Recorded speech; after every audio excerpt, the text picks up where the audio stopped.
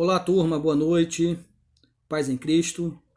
Hoje são 8 de junho de 2020.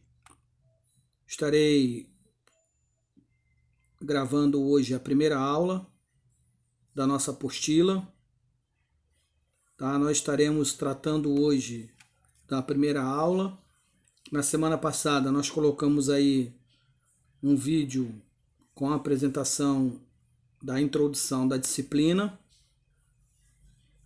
Observamos uma visão panorâmica da ética, começando pelos filósofos do passado e chegando até a ética cristã.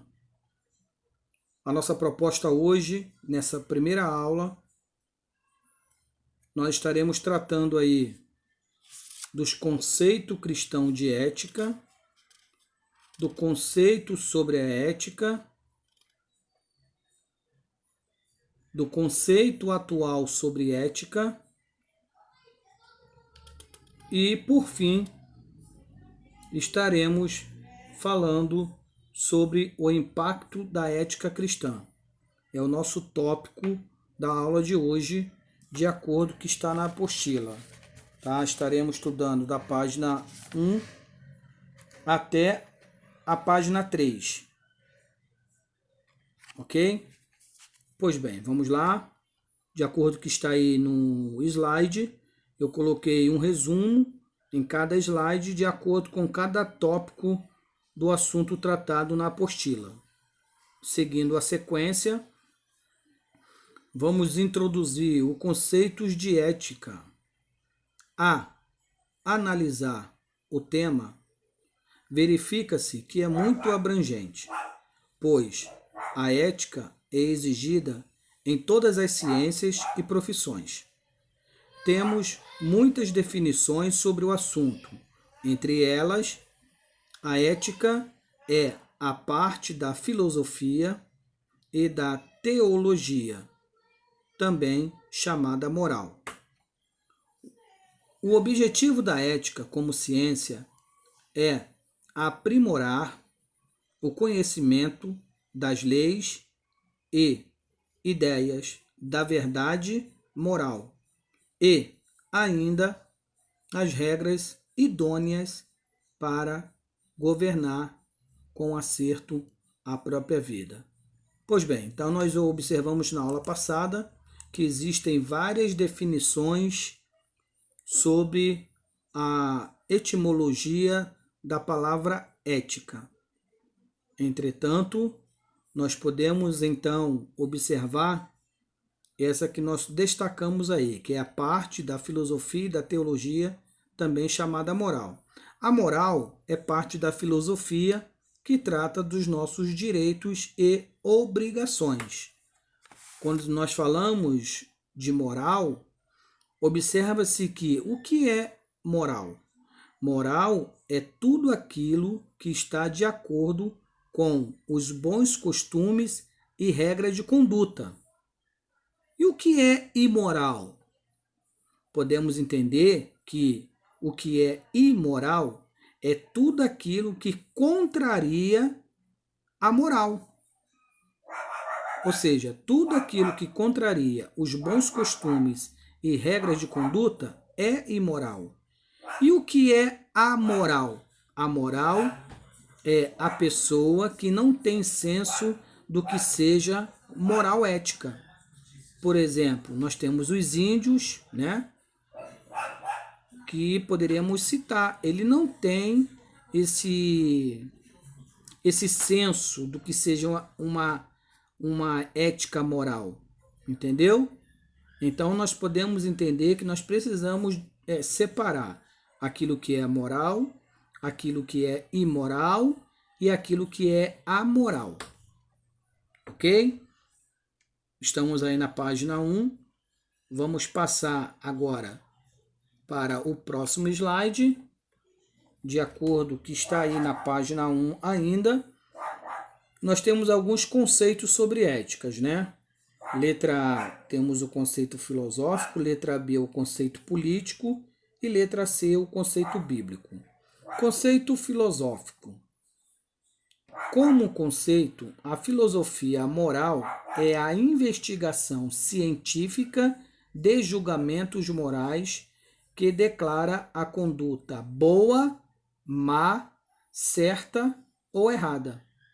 Ok? Então, de acordo com os filósofos, para cada época, então observa-se que há uma conduta que para cada contexto histórico é boa ou é má, é certa ou errada. Nós temos também o conceito político, né, de ética. Estamos vivendo momentos de cobranças éticas em todos os sentidos, principalmente no meio político. Nossos representantes têm a obrigação de demonstrar a postura ética no seu dia a dia na política. Enfim, chegamos aí a uma classe dentro da sociedade que, infelizmente, não estamos generalizando, mas uma maioria está desacreditada, né? Quando se fala de político, a primeira palavra que vem na nossa mente é corruptos, ou seja, eles não têm uma conduta correta. Não são todos, não estamos generalizando, mas enfim, a classe política representa uma classe, na maioria das vezes, que é imoral nos seus hábitos e costumes cotidianos. Volto a dizer, não estamos generalizando, ok? E nós temos aí o conceito bíblico de ética. A tarefa da ética teológica consiste em expor as escrituras implícitas do pensamento bíblico. É comum encontrar ensinos éticos em toda a Bíblia. Um homem que estuda a Bíblia, consequentemente, é absorvido pelos preceitos nela prescritos, ok? Então, nós temos aí os conceitos filosófico, o conceito político e o conceito bíblico, ok? Então vamos lá, continuando. O próximo slide, pulamos para a página 2. Na página 2, nós vamos aí observar o conceito atual de ética, né? Começando lá na página, no finalzinho da página 1 e na página 2, continuando o conceito atual de ética. Qual é o conceito atual de ética? Não difere das definições já expostas, tais como conduta ou prática devida.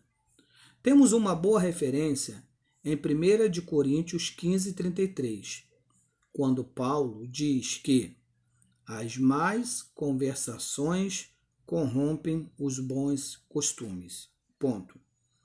Um conceito em que nós nos escudamos encontramos fundamentalmente na Bíblia Sagrada, que nos ensina a maneira de vida e conduta. Pois bem, então nós temos aí, enquanto cristãos, nós temos uma regra de fé e de conduta, que é a Bíblia Sagrada. Nos originais, nós usamos o termo canon, né? Que no Antigo Testamento era usada como vara de medir, e que para o Novo Testamento vai tratar da questão da nossa conduta, né? A nossa maneira de viver. A nossa ética, ela não é uma ética filosófica, é uma ética bíblica. Nós temos que viver o máximo de acordo com a palavra de Deus. Não estou falando de impecabilidade, estou tratando aqui de conduta.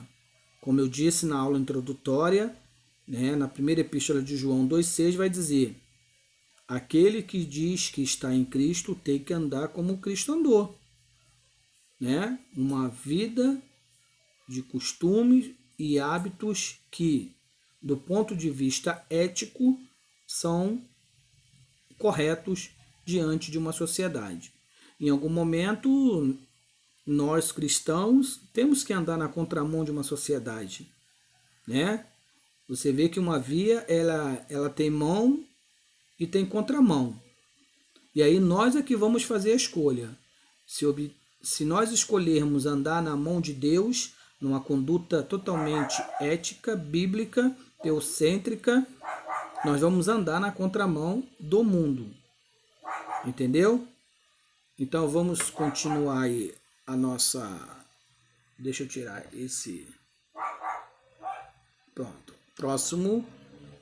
Nós vamos então falar de conceito atual de conduta moral. É a letra A, desculpa, é o número 1 da página 2 da nossa apostila. Conduta moral. Então está aí a apostila, eu vou apenas dar uma resumida em cada ponto desse aí, tá bom? A conduta moral leva também ao conhecimento moral, das obrigações, dos direitos humanos, das punições impostas aos infratores, do sexo e casamento. E aí nós colocamos aí: o que faz do homem um ser imoral? Se moral vai tratar dos bons costumes e regras de conduta, e imoral é tudo que é contrário à moralidade, a pergunta é: o que faz do homem um ser imoral? A resposta seria óbvia. Teologicamente, como resposta cabal, podemos dizer que é a ausência de Deus na vida. Ok? Então, a ausência de Deus na vida pode conduzir um ser à imoralidade. Ok? Beleza? Próximo slide aí seria a conduta cristã. Agora, continuando aí a página 2 da nossa apostila, nós vamos tratar resumidamente da conduta cristã. O conceito de viver de uma forma santa significa mostrar nas suas boas ações de cristão o exemplo encontrado na vida e ensinamentos de Jesus. Voltamos a dizer, não estamos tratando de impecabilidade do cristão, mas estamos tratando de uma vida santa. Já observamos que o ser santo significa andar em conformidade com a palavra de Deus, porque a palavra santo quer dizer separado, ponto, separado das demais coisas para o uso exclusivo de Deus. E o ser santo é viver justamente em conformidade com a palavra de Deus. E aí, quando nós vivemos em conformidade com a palavra de Deus, nós vamos realmente aí seguir o exemplo de vida e ensinamento do nosso Senhor e Salvador Jesus Cristo. O que vai nos diferenciar justamente é a nossa conduta, as nossas ações de cristão na sociedade, no emprego, na faculdade, dentro da família. Então é de suma importância essa ética ou conduta cristã dentro da sociedade, né? Por isso nós somos chamados de sal da terra. Vamos ver isso mais na frente. E aí, continuando aí na página 2, nós vamos tratar do número 3, a conduta pessoal. A ética é a ciência da conduta ideal. Os evangelhos nos ensinam que a transformação moral nos conduz às perfeições de Deus Pai. Mateus 5,48. Precisamos cuidar do nosso próprio desenvolvimento espiritual como indivíduos, ok?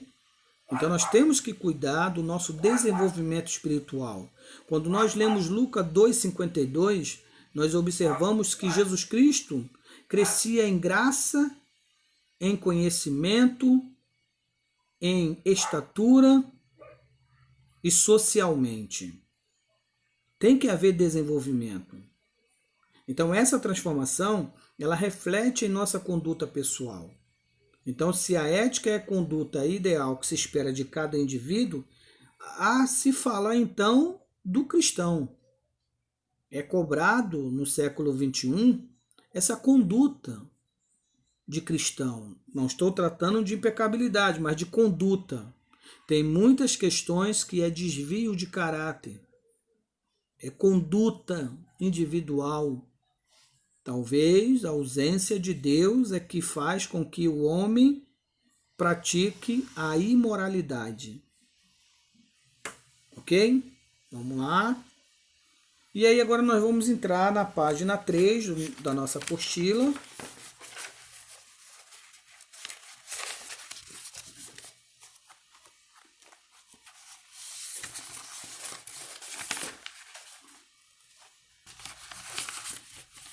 Na verdade, começa um pouquinho na página 2 e vai até a página 3, né?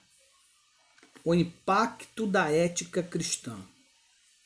Então, numa sociedade corrompida, a ética cristã gera impacto em todos os sentidos. Quando o cristão se recusa a mentir, se drogar ou cometer adultério, revela a sua submissão ao Espírito Santo. Lucas 14:33. Nesse caso, a ética cristã supera as demais, pelo fato de ser gerada pela presença do Espírito Santo. Ou seja, só um momentinho. A presença do Espírito Santo, ela produz fruto do Espírito na vida do cristão. E aí, as obras da carne, elas não se sobressaem sobre a vida de um cristão. Então se faz necessário, né, observarmos que tem que haver um impacto da ética cristã numa sociedade, porque nós temos que ser diferenciados da sociedade atual, entendeu? Vamos lá, continuando aí o nosso slide. Entrou uma ligação aí, eu esqueci de bloquear as notificações, tá? Vocês me desculpem, mas enfim, vamos lá. Agora nós vamos ver aí, continuando aí a nossa apostila, página 2 ainda, e vai até a página 3, o impacto da ética cristã no novo convertido. O maior impacto da ética no novo convertido surge através da mudança de comportamento. Ponto. Essa mudança de vida do crente é percebida pelo incrédulo, mas não entendida, conforme está em 1 Coríntios 2,14. Entendeu? Então, assim, observamos que essa mudança de comportamento é o que nós chamamos de novo nascimento. É o que nós chamamos de regeneração. Essa mudança, ela é percebida pelo não crente, mas não é entendida, né? Eles até questionam, mas como pode fulano que bebia, que fumava, se adulterava, era corrupto e agora não comete mais essas imoralidades, vamos dizer assim. A conversão traz consigo atitudes, costumes e comportamentos completamente diferentes daquele que eram outrora praticados, a tal ponto de gerar um certo inconformismo das atitudes e posturas anteriormente praticadas. Coloquei aí um exemplo de Lucas capítulo 15, né? Versículo de número 21 especificamente. Por quê? Porque observamos ali, é o filho pródigo, né, que foi embora, aparentemente começou a viver uma vida imoral, mas a Bíblia vai dizer que houve ali uma transformação, uma mudança de comportamento, e agora ele vai dizer, expressar, conforme eu coloquei a parte A do versículo aí: Pai, pequei contra o céu e perante ti. Aí o restante vocês já conhecem, e realmente houve um inconformismo das atitudes dele, mas o que nós podemos observar que há um impacto da ética cristã no novo convertido. Um outro exemplo que eu poderia citar para para nós o próprio caso de Zaqueu, né? Após a sua conversão, vocês conhecem a sua grande fala, né? A maior prova de mudança de comportamento foi o que ele disse, que se ele tivesse defraudado alguém, né, que ele iria restituir quadruplicadamente. Então nós observamos que há um impacto muito grande. Por outro lado, há uma grande responsabilidade dos cristãos manter a sua ética cristã, para que os que estão chegando observem em nós e nós venhamos ser referenciais positivos para aqueles que estão chegando. Porque isso conta muito, isso é de suma importância. Não estou tratando de impecabilidade, novamente, mas de conduta. E, infelizmente,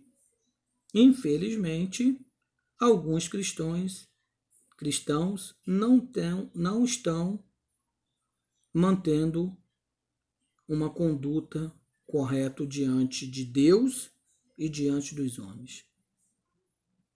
Então a nossa responsabilidade é muito grande, irmãos. É muito grande a nossa responsabilidade, principalmente perante os novos convertidos. Próximo slide, vamos ver o impacto da sociedade agora, o impacto da ética dentro da sociedade. O cristão, portanto, deve ser exemplo para o mundo e, ao mesmo tempo, deve militar contra o mal e a corrupção na sociedade. Viu aí? Então nós temos que lutar, militar contra o mal e a corrupção na sociedade. Nós não vamos, né, como diz a frase, nós não vamos mudar o mundo, mas nós não devemos ser omissos, porque a omissão também é um pecado. Aquele que pode fazer o bem e não faz, peca, diz lá a Epístola de Tiago. O sal também representa as ações de ordem e equilíbrio que os cristãos exercem na sociedade como luz.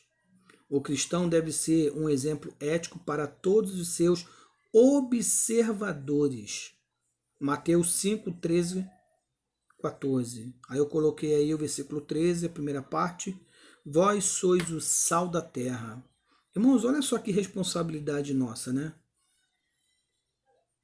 Nós temos uma responsabilidade muito grande, porque existem muitos observadores que estão nos observando a nossa conduta. E para ser sal, o sal ele preserva.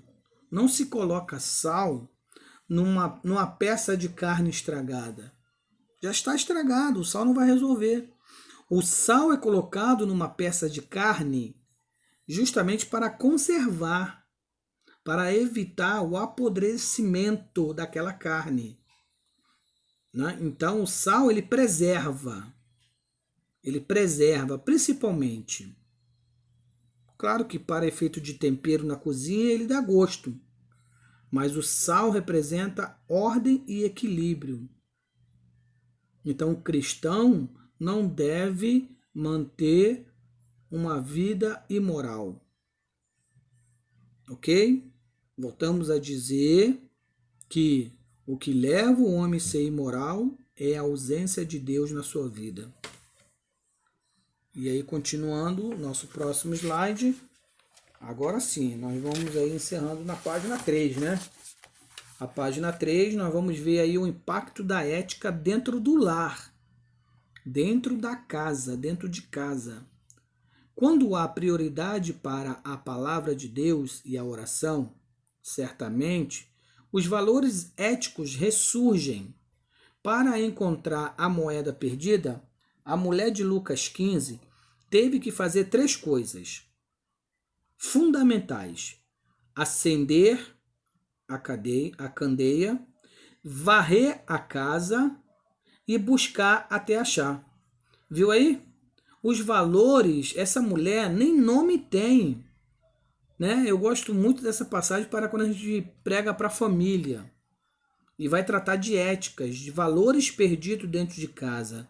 A mulher de Lucas 15, ela não perdeu a moeda que pode representar valores éticos. Ela não perdeu no trem, ela não perdeu na rua, ela não perdeu no ônibus. Ela perdeu a moeda que pode representar aqui um valor ético dentro de casa.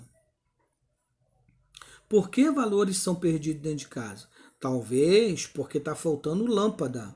Lâmpada aqui representa a palavra. Talvez está faltando oração. Aqui a oração representa a submissão. Então essa mulher que perdeu a moeda dentro de casa, ela nos ensina como encontrar valores perdidos dentro de casa. A primeira coisa que ela pediu foi luz. Acendeu a candeia. Ela pediu luz. Luz representa a palavra. Palavra, luz representa entendimento, sabedoria, esclarecimento. Então, assim, no primeiro passo, ela pediu luz. A luz, ela entra e traz clareamento, ilumina o ambiente. Aquilo que estava escuro deixa de ser. As decisões que não saberão ser que não conseguiam ser tomadas, agora encontrarão uma direção para serem tomadas. Depois que ela teve luz, ela conseguiu ver o ambiente. Aí ela vai varrer. Varrer o quê?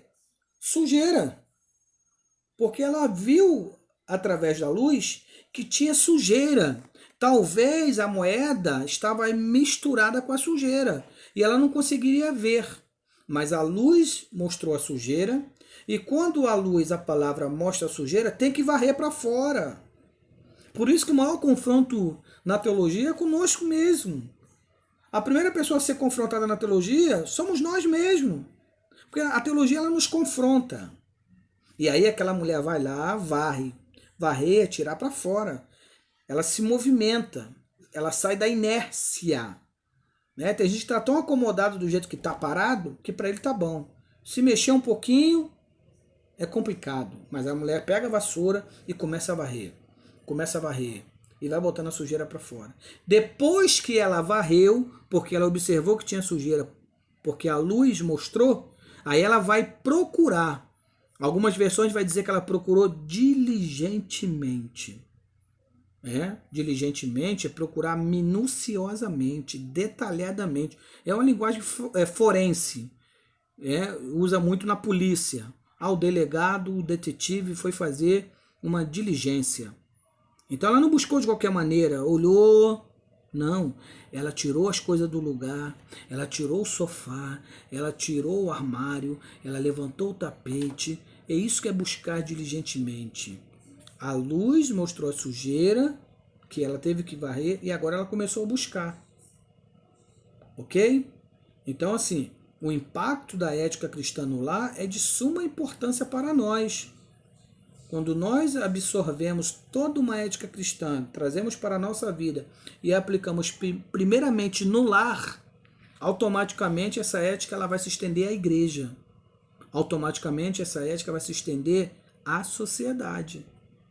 Amém? Então que Deus nos abençoe. Essa foi a nossa primeira aula, da página 1 até a página 3. Depois nós estaremos dando continuidade na segunda aula. Na segunda aula nós iremos tratar da ética ministerial. Os tópicos serão abordados: princípios básicos da ética ministerial, a ética da vida pessoal do ministro e, por fim, a ética nas relações eclesiásticas. Deus abençoe, façam uma boa leitura, escutem o áudio, olhem os slides e confira na apostila que os senhores já têm, ok? Qualquer dúvida, estaremos à disposição. Vocês podem fazer pergunta no grupo ou, se sentir melhor, podem mandar perguntas no privado de acordo com aquilo que nós estamos estudando, ok? Na próxima semana, segunda aula, vou solicitar um trabalho nessa disciplina, um trabalho base para todos, individual. Vou elaborar um questionário para ser entregue na última aula, ok? Deus abençoe a todos, foi um prazer estar com vocês de forma virtual. Deus continue abençoando suas famílias e seus ministérios. Paz em Cristo para todos.